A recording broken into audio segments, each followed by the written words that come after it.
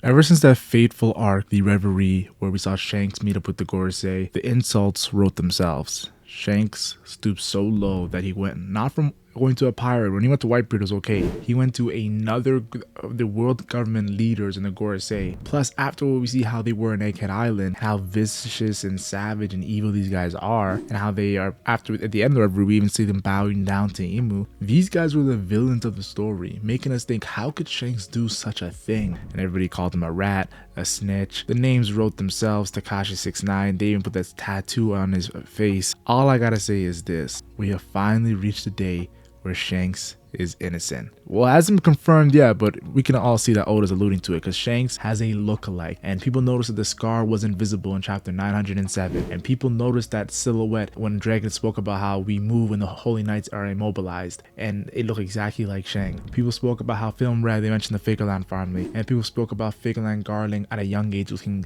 very similar to Shanks. Shanks being found on God Valley when he was 1 year old. The Oda was foreshadowing this for so long, and then of course Elbaf, when having Kid get destroyed on Elbaf by Shanks, Elbaf being Shanks' island, and then we're in the arc right now and Shanks gets mentioned so much. I thought it was Death Flag, but I think there was another aspect to it, is the fact that Oda was trying to break our ankles with a Shanks twin, a Shanks clone, whatever you want to call it. This guy looks exactly like Shanks, and I'll tell you guys right now, One Piece chapter 1134, we're so late in the series and we're still getting shocked. This is why we call Oda the GOAT, guys, and I gotta say, this was a splendid chapter. I'm gonna do a deep dive on the chapter, but stay tuned this week. There's gonna be some great content related to this chapter. I know you guys love when I do content related to the chapter, and expect a Kizaru video too as well, but let's not get too into the future. Let's just talk about what we want to talk about right now. So we see that very eerie, very evil magic circle the Saturn used to summon the other Gorosei. Well, Saturn used to summon himself to Egghead Island, and then of course Saturn used it to summon the other Gorosei, and we see it. And when this was used, we saw the reaction of Kizaru, Zoro, Luffy, and of course Lucci and Jinbei. They all seen the immense power aura that was coming, the immense haki that was coming, immense just dark energy that was coming. And now that we see Saturn get killed, was it really Saturn's energy, or is it really just the borrowed energy from Imu? Regardless, we see the exact same thing in chapter 1134, this magic circle, and we see two characters summoned. One is looking exactly like Shanks from chapter 907, and the other is, well, let's just say this, obviously they look like the Holy Knights have been immobilized. I wouldn't be surprised that not just Elbaf, we see other places where the circle is being summoned at the same time, and these two are just being summoned in Elbaf. It kind of gives me Naruto Akatsuki vibes, and of course the other one was a woman who she could be badass as well. She could be powerful as well. What I'm learning is that the Holy Knights we saw on God Valley in the flashback, yeah, these guys are strong. So when they were about to go fight the Roger Pirates instead, and they told everyone to fall back, they're confident in their ability.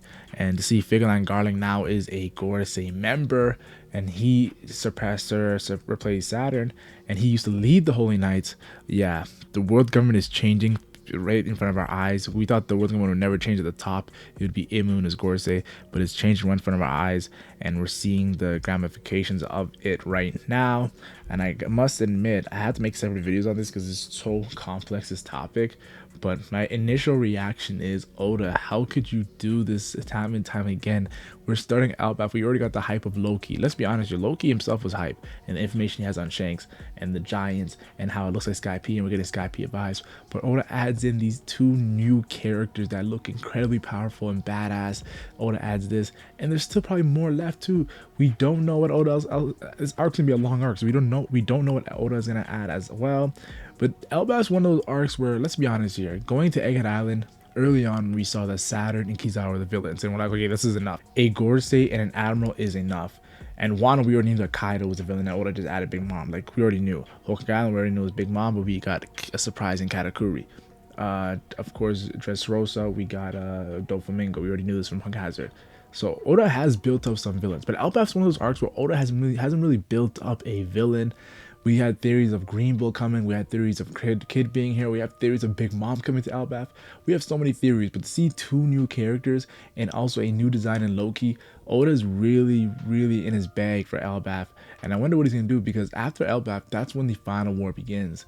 And Oda doing the Shanks lookalike could relate to what Shanks going to be doing outside of Elbaf, when it comes to Blackbeard. So yeah, Oda did foreshadow them two fighting soon. So yeah, I'll tell you guys right now, this was an amazing chapter for that last page only. That last page carried the chapter fully. It was just hype. Now I must admit, the chapter doesn't just have one mystery. There's also another mystery, and that's Loki talking to a Den Mushi by the name of Mosuko or Mosuka, whatever his name, Mosakun, whatever you want to call it. And it looks like an older character because we see the Den Mushi has a quick unique design, and it could be Scopper Gaban, the same character that's wandering around with that Wano hat that we saw meet up with Crocus. Even though I don't know it's Scopper Gaban yet, it could be that character. I was waiting for the Straw Hats, or it could be the man marked by flames. It could be someone completely different, but Oda's now really in his bag with Elbaf. We're seeing Loki, and this plot line is getting cool too, and Luffy's gonna come back to try to free Loki, and Loki has a special dub for him. He's worth 2.6 billion. So Loki, and then now of course this Shanks lookalike and the Holy Knights and Immobilized, and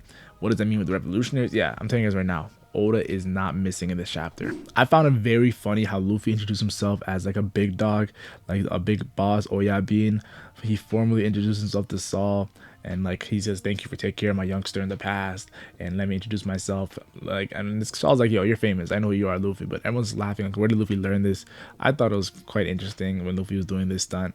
I also thought it was cool that Saul realized that, and of course Robin finishes the sentence, yes, I found the people that protect me, and we've seen the Straw Hats cry again. Of course, except Luffy, Zoro, and Jinbei, all the other Straw Hats are crying because Robin is showing appreciation for how they protected her since Annie's lobby when she said, I want to live. Man, oh man, Saul coming back. I still can't believe people don't like it, yo. It's really good for the story, yo. I'm getting the feels just seeing last chapter and then this chapter as well. I thought it was interesting that Vegapunk came out of nowhere and said, yo, Saul, do you remember me from 20 years ago? And Saul's like, yo, you're a woman. This Vegapunk I know is not a woman. And then, of course, she brings out that clone of Stella. So we're probably getting a Vegapunk back, yo. The same Vegapunk that we seen on Egghead Island is going to be back. And I always thought it was interesting how Vegapunk, if he comes back, his clone, this really makes what he did on Egghead Island very impactful. The fact that he was able to live while also exposing the truth of the world government by making himself a death trigger, him dying being the message being revealed everywhere. Vegapunk, now I know why he's 500 years ahead of society. Yeah, he is one of the most intelligent men I ever seen. So I like this. I like this clone thing they're doing. And then of course she's making her base. The Vegapunk's making her base. Lilith is gonna do it on Elbaf. She's gonna work on this. She's gonna work on Kuma as well because Bonnie's asked, "Can you fix my dad?" And she's like, "Yeah, I'll work on it." So we're most likely gonna see Bonnie stay on the Elbaf Island, Kuma stay on the Elbaf Island, and Vegapunk as well with Saul after the Straw Hats leave at the end of this arc. That's what the vibe I'm getting. And then of course we see Saul's assistant, Anji. I'll be honest with you, Anji reminded me of the giant in the Revolutionaries and Morley. Morley is a powerful giant with a nice Delver ability in the Revolutionaries, one of the commanders of the Revolutionary, top commanders. So I wonder if maybe Morley is going to be a character in this arc because we see Holy Knight, so maybe Morley comes in to play as a factor. But all in all, Anji, I will say she is, if you're held guy in the Straw Hats, she looks like a nice character. But I must admit, she is ugly. Okay, you guys might be caught off guard by that, but I have to keep it real. She looks like a great character, but yeah, I'm not gonna lie to you. She's one of the more ugly giants. We also see that the Straw Hats, like Chopper, wanted to go to the library as well. Of course, Chopper being a doctor. We see that, of course, Nami and Brooke probably want to go to the school to see the kids and everything. Nami loved the kids in Punk Hazard. We see, of course, Frankie talk about, I'm interested in the big tree. Of course, we know that's the Atom tree. Loki already revealed that. Frankie knows, Frankie built the Thousand Sunny from this material, and of course the Oro Jackson. So Frankie's definitely going to have to do some extra things for this Thousand Sunny for the last leg going to Laughdale. So we're going to see some cool improvements there. And then of course Jinbei being the Houndsman is also interested as well. So I thought that was very cool that Oda added that as well. Also Frankie's voice actor, the legendary iconic voice actor, retired. So you gotta also respect that in the beginning of this chapter when we saw the color spread. I thought it was funny how the giant kids were chasing Luffy, Zoro, and Usopp. I'm like, yo, there's no way that these giant kids are chasing these strong monsters. Yeah, of course, except Usopp, who wants to become a brave warrior of the sea, who will probably become a monster after the end of this arc. And then we see Ripley, and yeah, you guys saw what I said about Anji, the Saul's assistant. Ripley, the biological teacher of Walrus School, she's hot. I'm gonna keep it real compared to Anji. Not to be on the looks, I don't really do that often, but it was a very stark contrast when it comes to those two. Then I do gotta say this, Elbaf seems to be more peaceful ever since the last 100 years. King Harold, of course, that was his goal. He wanted trade with other nations instead of war with other nations, and he was killed by Loki. It looks like Loki wants to bring back the old Elbaf. That's why he mentioned to Luffy the birth of war is in Elbaf. So yeah, we're seeing a lot of the thematic themes of Elbaf and how it's changed, it's been revolutionized, it's more peaceful. Even the kids don't want to do like war and everything. And of course, it makes sense why Shanks was the leader of this the pirate that was protecting his island, because Shanks is a peaceful pirate too. And then of course we see the Ripley wants to see Luffy's white form. Aka Luffy says his free form, and then of course Ripley says we're the last generation of. It doesn't really finish, but I'm assuming the last generation that like kind of like looks up to is Sanganika. And of course, we also have to remember that Loki said he's a Sanganika, so it's interesting to see this dynamic right now when it comes to the mythology of Elbaf and the lore. Since time, Elbaf's lore has been one of the biggest factors of it, so I thought that was very interesting as well. And then of course, when we're in the library, we see that the books are turning into giant books. This library is something going on here that Oda hasn't explained yet, but the fact that you just walk in and the books become huge, very convenient, but I definitely think Oda's gonna explain it really nicely. It's a mysterious library. And then of course we see Robin crying, seeing Professor Clover's library still intact because of Saul. Robin shed a tear. I thought that was really good. I thought it was really nice seeing O'Hara's library. It was a very emotional moment. And honestly, Oda, with this chapter, he's not missing it. He's giving us the feels emotionally with Robin's arc. Who would have knew Elbaf would start off so centered around Robin, but we should have never guessed it, because I mean, we should have never questioned it, because Robin's best friend is a giant. Like I forgot that Robin's best friend is a Will of G giant. Like yeah, Oda would definitely do some Robin-esque stuff here. And yeah, I was a fan. This chapter to me was a great chapter. I thoroughly enjoyed it, and I have a lot of videos to make. As you can tell, I'm very excited to actually make my solo videos on this chapter. Like, I like making chapter videos, but when I get to do a deep dive and research and then make my solo videos, I love it even more. And you're gonna see a lot with that. I'll give you a hint. You're gonna see a Shanks video. You're gonna see of course, a Dragon video, and you're gonna see maybe a Loki video, and then maybe of course, Kizaru video. But yeah, stay tuned. There's gonna be some hype stuff, and then a kind of White Bee videos coming on the way too. So a lot of videos are planned for the end of December, and I can't wait to drop them.